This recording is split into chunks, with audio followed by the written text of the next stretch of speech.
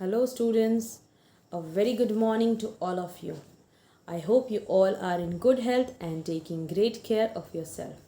Welcome back to our English grammar class.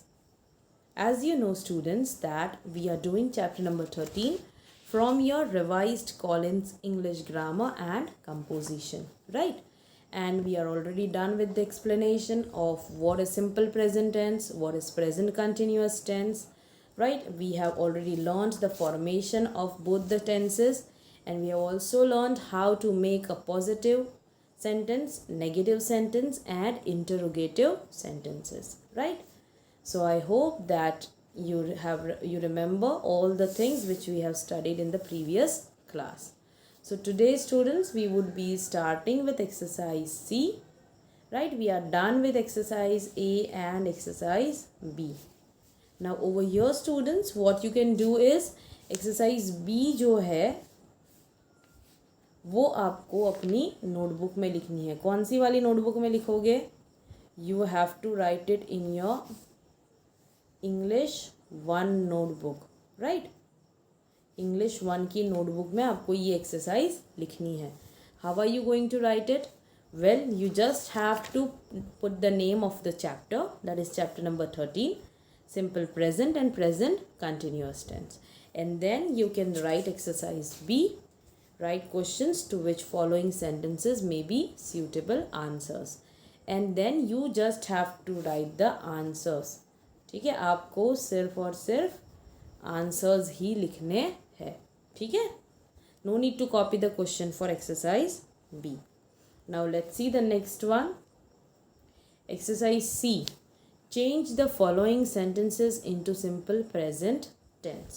So here students, हमको जो sentences दिए हुए हैं एक्सरसाइज सी के अंदर, वो sentences को हमें simple present tense में लाना है. अभी simple present tense के अंदर क्या होता है students? आपको याद है कि simple present tense के अंदर हमारा जो verb होता है वो या तो base form या original form मतलब plural form में होता है, और अगर वो हमारा जो सब्जेक्ट है वो अगर थर्ड पर्सन सिंगुलर है तो उसके लिए हमें उसके साथ हमारा जो वर्ब है वो सिंगुलर करना पड़ता है. That means the verb would be having S और ई एस और I E S along with it, right? So we need to see the exercise now. So let's start it, and you have to write exercise C also in your notebook. ठीक है, ये वाली exercise भी आपको English की notebook में ही लिखनी है. ठीक है, इंग्लिश 1 की.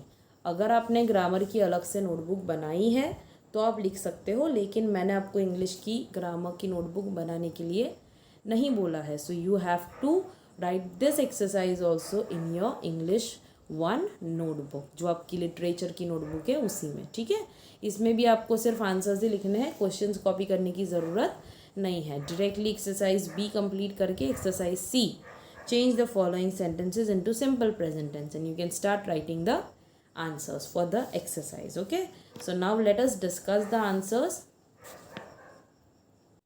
Okay, let's see the first sentence. He is walking carefully. So here students, he is walking carefully में हमारे पास वर्ब कौन सा है? is walking. मतलब ये जो सेंटेंस है वो कौन से टेंस में है? वो प्रेजेंट कंटिन्यूअस टेंस में है, राइट? क्योंकि हमारे पास हेल्पिंग वर्ब है जो है इज, और हमारा जो वर्ब है वॉकिंग उसके अंदर आईएनजी लगा हुआ है. Now when we change it into simple present tense, we will first write the subject that is he, और इज वॉकिंग जो है उसके बदले हमारा जो वर्ब होगा वो सिंगुलर हो जाएगा, है ना? सो हम क्या लिखेंगे? ही वॉक्स, क्योंकि हमारा जो सब्जेक्ट है वो सिंगुलर है. He is singular, third person singular, and so our verb also needs to be singular. Is नहीं यूज़ करेंगे क्योंकि हमें यहाँ पर हेल्पिंग वर्ब की ज़रूरत नहीं है. ठीक है, हमको हेल्पिंग वर्ब की ज़रूरत कंटिन्यूअस टेंस में होती है. So here we don't need it, so we are going to remove it. और वॉकिंग का क्या हो जाएगा? Walks. So your answer would be he walks carefully. Okay, now let's see second one.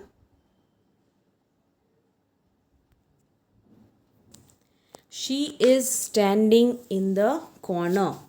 So here students, she is standing in the corner. Again हमारा जो verb है वो वापस हेल्पिंग वर्ब के साथ है, और जो मेन वर्ब है जो एक्शन दिखा रहा है standing, that is having ing in it, right? So this is again present continuous tense. So what we are going to do, we are going to again use the present tense. Now let's see what is the subject over here. The subject over here is she. तो she के साथ हमारा जो verb है standing, उसकी जगह पर हम क्या लिखेंगे? You need to remember students कि हमारा subject singular है, तो हमारा जो वर्ब होगा वो भी सिंगुलर हो जाएगा, है ना? She stands in the corner. Okay, she stands in the corner. Stands, stand की जगह पर स्टैंड्स लिखा है हमने बिकॉज हमारा जो सब्जेक्ट है वो सिंगुलर है. और आपको याद रखना है बच्चों, सब्जेक्ट क्या होता है? Subject is noun or a pronoun which shows the action or which we are talking about. Okay, so ये याद रखना है. आपके सेंटेंस में जब आपको एक्शन मिल जाता है, आपका वर्ब मिल जाता है, तो आप पूछ सकते हो कि वो एक्शन किसने की है, राइट? और you can find out the answer कि who is carrying out that action, या फिर हम किसके बारे में बात कर रहे हैं. और आपको जब आंसर मिलता है कि हम किसके बारे में बात कर रहे हैं या फिर कौन सी एक्शन किसने की है, right? Then you need to see whether that subject is singular or plural, and according to that you have to change your verb. Okay, now let's see third one. He is swimming with his friends. So students, what is the verb over here? Yes, the verb is swimming, है ना? और swimming के अंदर वापस ing लगा हुआ है ना? तो ये हमारा कंटिन्यूअस टेंस है. तो जब हम इसको चेंज करेंगे तो हम क्या लिखेंगे? पहले तो हमारा सब्जेक्ट है ही, है ना? स्विमिंग की एक्शन कौन कर रहा है? ही. तो ही हमारा सब्जेक्ट है. अभी ही जो है वो सिंगुलर है, इसीलिए हमारा जो वर्ब होगा वो भी सिंगुलर, मतलब एस लगाया हुआ. Swims, he swims with his friends. Okay, now let's see next one. I am learning to play the tabla on Mondays. I am learning to play the tabla on Mondays. What is the verb over here students? Am learning, right? अभी ये जो verb है आपका learning, who is doing that action? I कर रहा है, तो I जो है वो हमारा subject हो गया. अभी आई वैसे तो सिंगुलर है ना? फर्स्ट पर्सन सिंगुलर है, लेकिन जैसे हमने पढ़ा था कि आई और यू के साथ एक्सेप्शन होता है कि उसके साथ प्लूरल वर्ब्स ही जाते हैं, राइट? तो यहाँ पर हम आई के साथ क्या लिखेंगे? लर्न. I learn. एस नहीं लगाएंगे, ठीक है? ऑल्दो आई इज सिंगुलर, लेकिन उसके साथ जो वर्ब है वो प्लूरल रहेगा. That means base form. I learn to play tabla on Mondays. ठीक है? I learn to play tablas on Mondays. They are running on the road. Here again we have continuous tense. So what are we going to find out first? We are going to find out the verb. They are running on the road. So what do you think students? What is the verb? Yes, are running जो है वो हमारा verb है, और वो action कौन कर रहा है? they. तो they हमारा सब्जेक्ट हुआ. Now whether they is singular or plural? Tell me. Yes, they is plural, है ना? they क्या है? थर्ड पर्सन प्लूरल है. तो उसके साथ जो हमारा वर्ब है रनिंग, उसका क्या हो जाएगा? रन. एस नहीं लगाएंगे. They run on the road. Okay, they run on the road. Let's see next one. My mother is making a pie. My mother is making a pie. What is the verb? Is making is our verb, right? It is in continuous tense. कौन बना रहा है? My mother. अभी ये जो my mother है वो किसको रिप्रेजेंट करता है? इज इट सिंगुलर और plural students? What do you think? It is singular, right? Third person singular को प्रेजेंट करता है. सो माई मदर, मेक लिखेंगे कि मेक्स लिखेंगे? What are we going to write students? Make और makes? Yes, we are going to write makes, क्योंकि mother जो है वो थर्ड पर्सन सिंगुलर है, इसीलिए हमने हमारे वर्ब में भी एस ऐड किया. My mother makes a pie. Okay? Now let's see seventh one. The lizard is crawling on the wall. The lizard is crawling on the wall. Here students, what is the verb? Is crawling, which is again continuous tense, present continuous. And ये जो crawling के action है वो कौन कर रहा है? Lizard. Right? The lizard. Now what do you think students? Lizard singular है कि plural है? Singular, right? Third person singular. तो crawling के लिए जो verb आएगा singular वो होगा crawls. The lizard crawls on the wall. Okay? The lizard crawls on the wall. Let's see last one. The barber is cutting hair. The barber is cutting hair. Your students is cutting हमारा verb है. And who is carrying out that action of cutting? The barber. Now ये जो barber है वो singular है कि plural है? It is singular, right? Third person singular. So cutting का क्या हो जाएगा verb यहाँ पर? Cut or cuts? We are going to write cuts, है ना? क्योंकि barber singular. So verb also singular which has s in it. The barber cuts hair. ठीक है? So students, I hope कि आपको exercise C clear हो गई है. When I send you the PDF, you can write down the answers in the notebook. Okay? Now let's see exercise D. Fill in the blanks with simple present or present continuous form of the verbs. Now students, how will you find out कि ये sentence में present tense use करना है या continuous tense use करना है? So when you read a sentence students, you need to make out कि वो सेंटेंस कौन सी चीज़ के बारे में बात कर रहा है.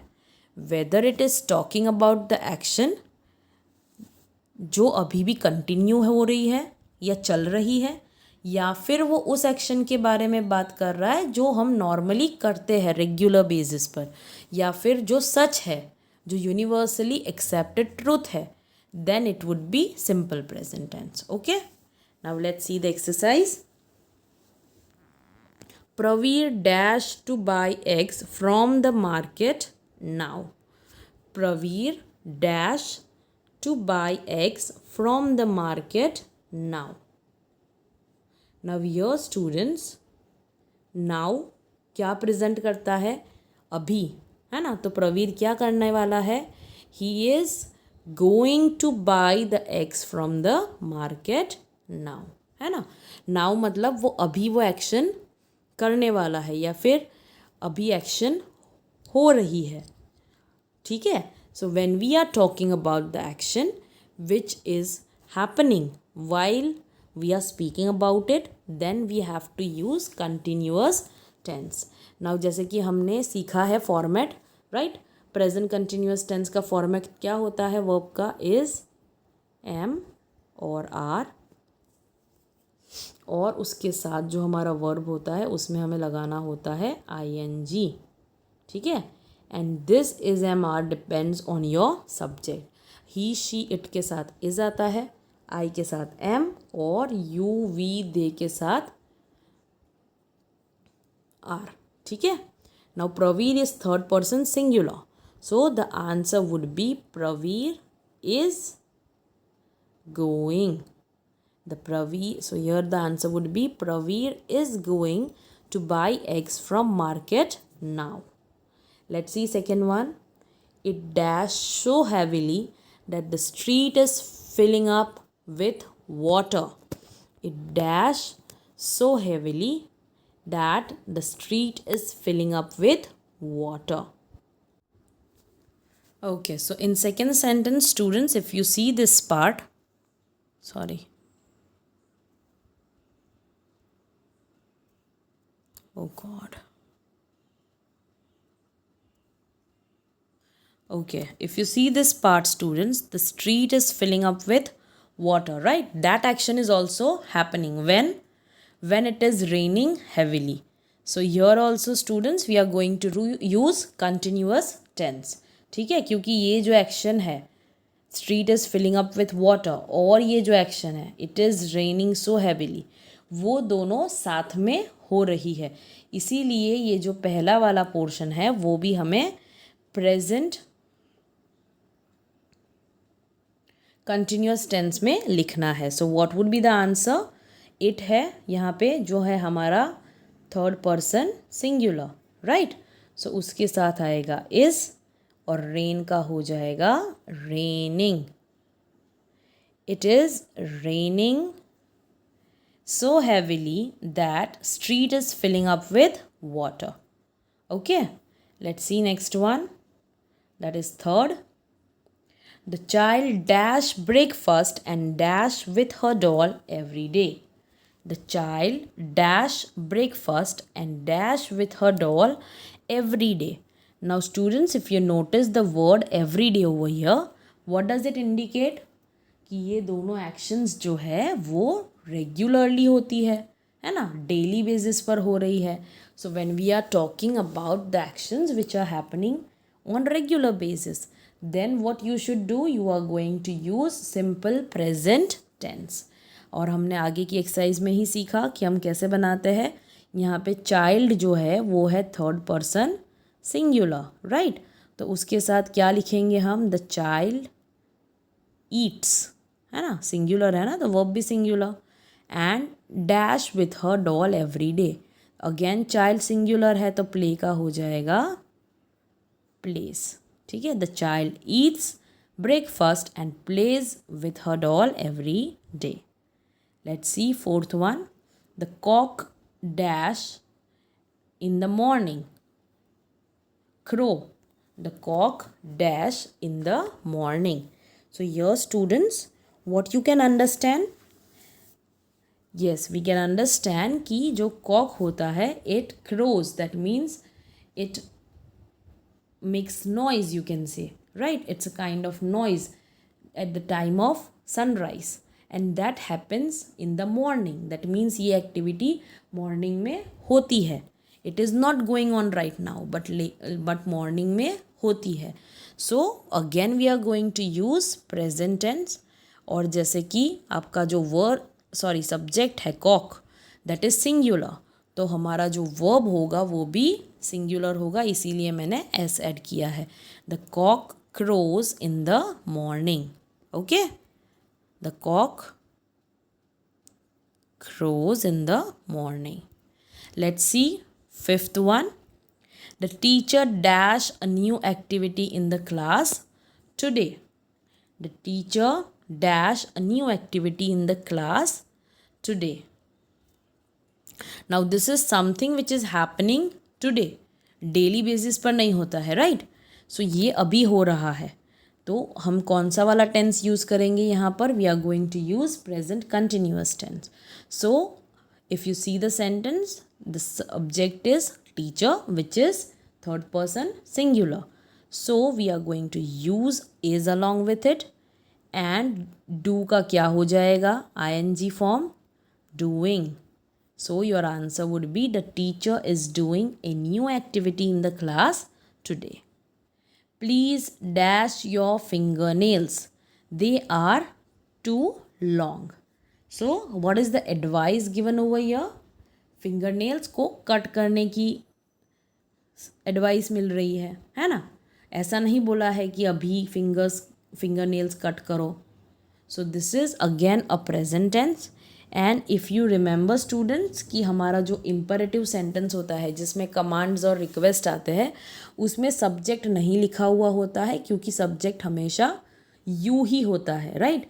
क्योंकि हम जो सेकेंड पर्सन है उससे ही बात करते हैं, हमारे सामने जो होगा उससे ही हम बात करेंगे, तो वो हमारे लिए सेकेंड पर्सन हुआ, है ना.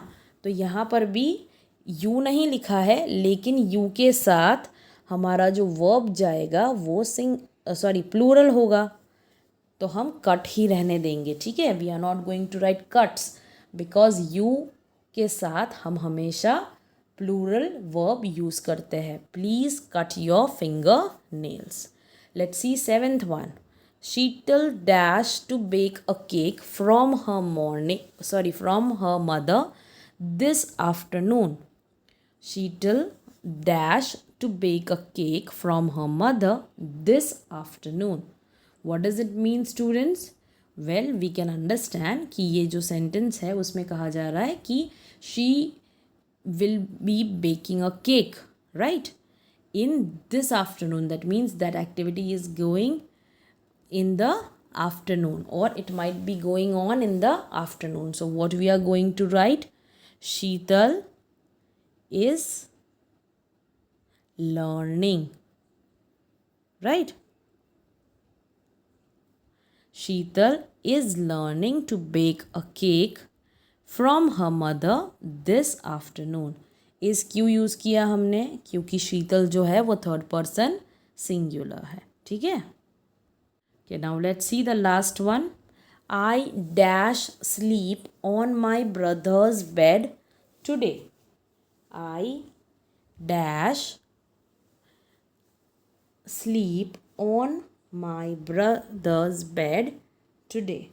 So here students, if you notice, ये जो activity है brother's bed पर सोने की, that is happening today.